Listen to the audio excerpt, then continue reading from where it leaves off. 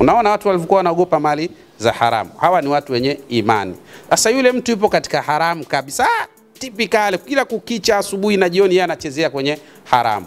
Alafu kafikia wakati akaamua kuacha.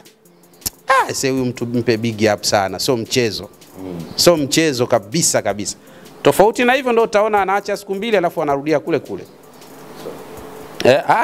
Sijamtaja. Kuna mvutano kwenye mitandao ya kijamii kuhusiana na mwezi mtukufu wa Ramadhani. Sawa. Imeibuka hoja, wapo ambao wanasema kwamba mwezi mtukufu ni miongoni mwa miezi mitukufu, ama kwamba mwezi wa Ramadhani miongoni mwa mwezi mtukufu. Wengine wanakanusha, wanasema hapana, kila mtu anavuta upande wake. Kwako imekaaje, ama kipi ambacho unafahamu, kipi ambacho ni sahihi kwenye hoja za wawili? Kwa mimi mwezi wa Ramadhani ni zaidi ya miezi mitukufu. Yani mwezi wa Ramadhani ni zaidi ya miezi mitukufu. Kwa nini? Kwa sababu ndani ya mwezi mtukufu wa Ramadhani kimeteremshwa kitu bora zaidi kuliko vilivyo bora. Unaelewa? Yani maana yake imeteremshwa Qur'ani ambayo ni bora zaidi kuliko vilivyo bora. Kwa hiyo mwezi wa Ramadhani unapata ubora kwa kuteremka ndani yake Qur'ani kilicho bora zaidi kuliko vilivyo bora. Kwa hiyo mwezi wa Ramadhani ni mtukufu zaidi kuliko ile miezi 4 mitukufu katika hali za namna hiyo. Lakini ndani ya mwezi wa Ramadhani kuna usiku mmoja. Mwenyezi Mungu anasema usiku huo namna ulivyo khairum min alfi shahari. Sawa? Yani usiku huo ni bora zaidi kuliko miezi 1000. Manake usiku huu mmoja tu ni bora zaidi kuliko miezi 1000. Vipi mwezi wenyewe unakuwaje katika hali za namna hii?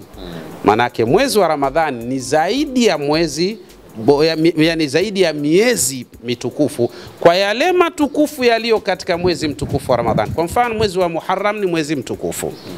Lakini nani aliona katika mwezi wa Muharram kuna watu wanasali tarawehe? Hakuna. Nani aliona katika mwezi wa Muharram kuna watu wanafunga saumu mwezi mzima? Hakuna. Ni nani aliona katika mwezi wa Muharram ya kwamba Mtume anasema 10 la kwanza watu wanaachwa huru kutokana na moto, 10 la pili, 10 la rehma, 10... Nani aliona? Hakuna. Lakini ni mwezi mtukufu. Mwenyezi Mungu Subhanahu wa Ta'ala ameueleza kuwa ni mwezi mtukufu. Lakini mwezi wa Ramadhani ni mwezi mtukufu zaidi kupita miezi 4 mitukufu. Kuna usiku mmoja tu ni bora kuliko miezi 1000. Lakini kadhalika ndani ya mwezi wa Ramadhani imeteremka Qur'ani. Ndani ya mwezi wa Ramadhani huteremka malaika pamoja na Jibril.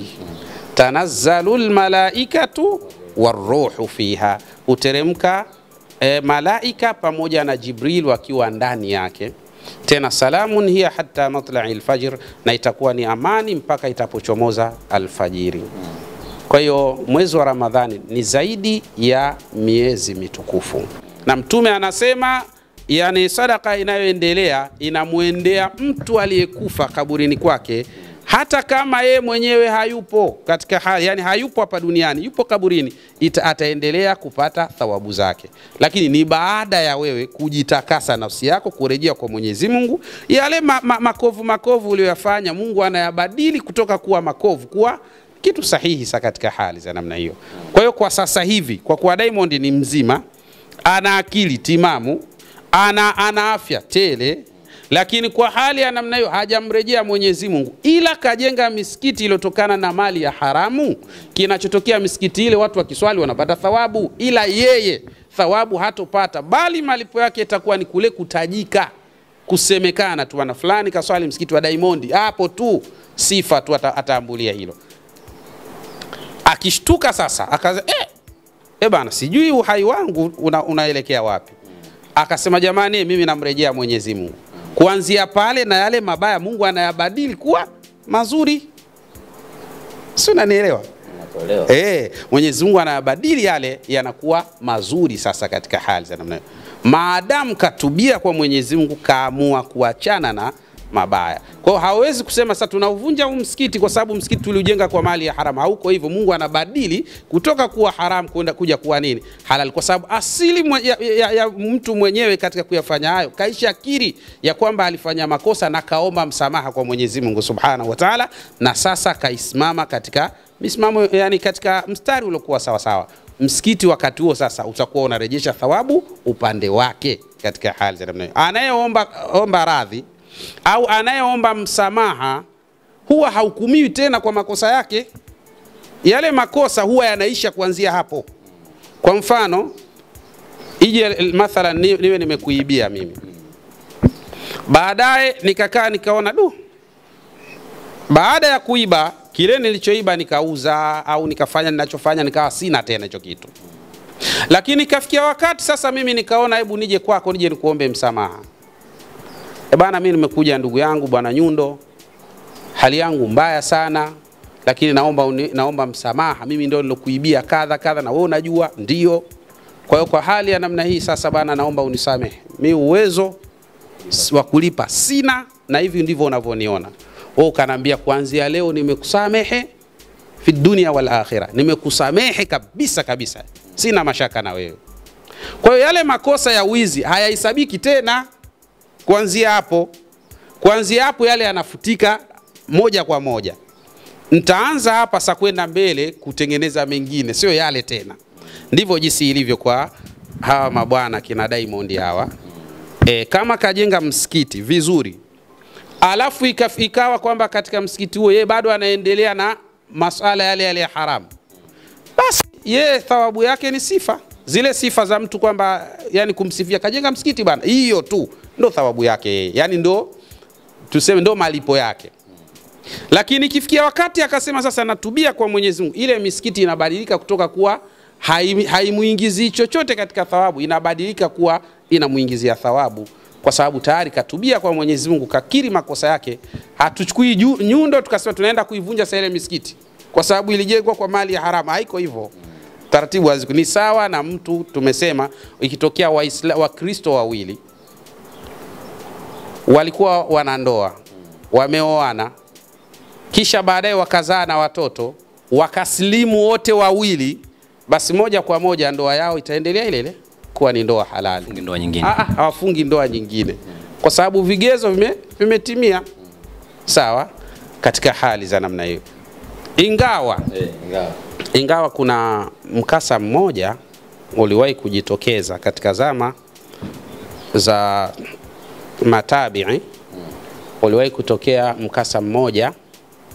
Kuna mtu mmoja yeye alikuwa anafanya kazi kwa mtu, kafanya kazi pale kwa miaka 8 au 10 na kidogo hivi. Kisha baadaye yule bwana akawa ameondoka, kaondoka, mshahara wake hakuchukua. Huko alipoondoka ikawa hajulikani kaenda wapi, kakaa kwa muda mrefu sana. Huyu bwana ambaye alikuwa ndo anayefanywa kazi, bosi yani, akafilisika, akawa mkononi mwake amebakia na ile tu amana yani amana ya yule bwana, kwa maana amana ya mshahara wa yule bwana mkubwa. Basi akaona sana nimekaa nao huu mshahara kwa huu bwana mkubwa kwa muda mrefu, nitakuja kuutumia maana hali yangu mimi mbaya. Akaanza kuingiza katika biashara, fanya biashara pale na nini. Mungu akatia neema, biashara ikawa kubwa. Mara yule bwana anatokea, anamwambia bwana, mimi nimekuja, unakumbuka mimi nifanya kazi kwako? Anasema aswa nakumbuka, na mimi nilikuwa nakutafuta kweli tu ulikuwa upatikane. Sasa bwana, unakumbuka kuna amana yangu ambayo niliacha hapa? Kama naam nakumbuka. Kuna mshahara wako kiasi fulani. Ndio. Basi bwana, mimi nimekuja leo nipate huo mshahara wangu, nikaangalie pia namna kufanya huko. Yule bwana akamwambia njoo nikuonyeshe.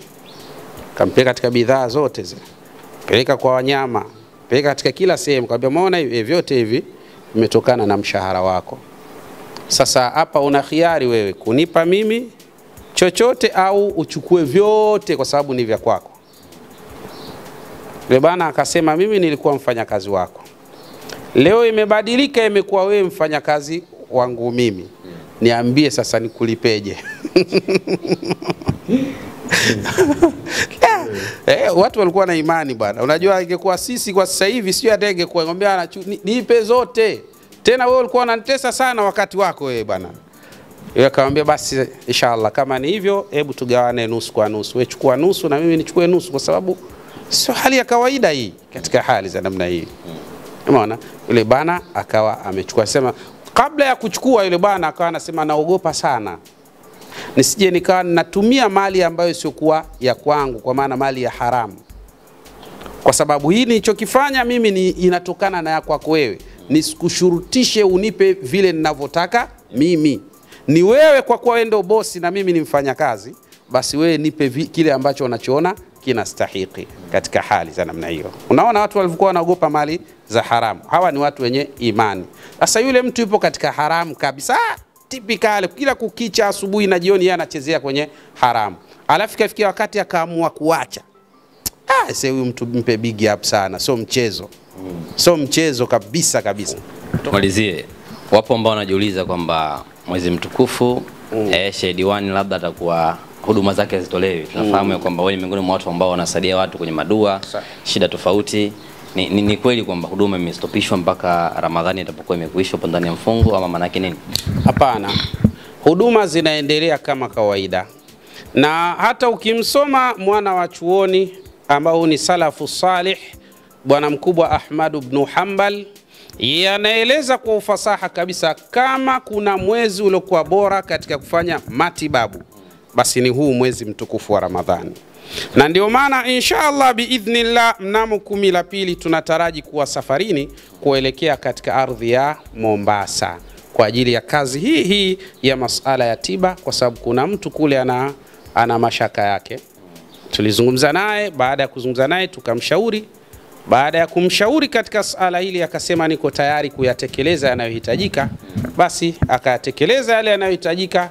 Kwa hiyo tunataraji 10 la pili la mwezi huu wa Ramadhani tutakuwa katika ardhi ya Mombasa kwa masiku 3 mpaka 4, kisha tutarejea katika ardhi ya Dar es Salaam. Na hapa shughuli zinaendelea kila siku. Na huu ndio mwezi bora sana sana sana wa kufanya majambo. Kama kuna mtu anaumwa, kuna mtu ana shida za aina mbalimbali, mipango ya kazi zake si haiendi vizuri, lakini kadhalika ana mambo mengi sana, biashara zinayumba, basi kama kuna muda wa kufanya dua vizuri na mambo yakaenda kwa ufasaha vizuri, ni huu mwezi wa Ramadhani ndio mwezi haswa mujarrab wa kuyafanya majambo yaende katika hali iliyokuwa bora biidhnillahil karim.